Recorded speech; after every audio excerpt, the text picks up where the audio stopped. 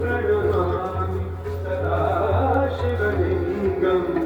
ब्रह्ममुरारिसुरार्चितलिङ्गम्